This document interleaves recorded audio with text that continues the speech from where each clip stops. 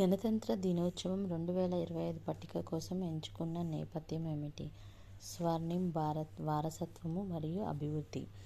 భారతదేశంలో మొట్టమొదటి బయోబిట్మెన్ హైవే ఎక్కడ ప్రారంభించబడింది? నాగపూర్.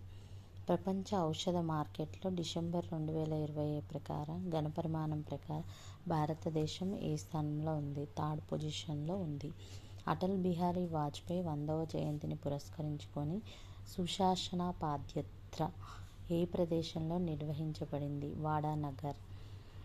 ఎక్స్వి ఆర్థిక సంఘం గ్రామీణాభివృద్ధి కోసం ఏ రెండు రాష్ట్రాలకు నిధులు మంజూరు చేసింది?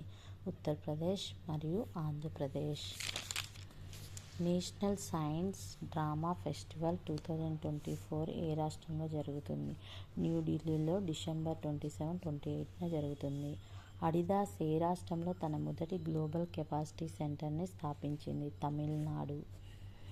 ఇటీవల ఏ దేశంతో భారత సహకారాన్ని బలోపేతం చేయడానికి ఉద్దేశించిన మైగ్రేషన్ మరియు మొబిలిటీ ఒప్పందాన్ని కేంద్ర మంత్రివర్గం ఆమోదించింది? ఇటలీ.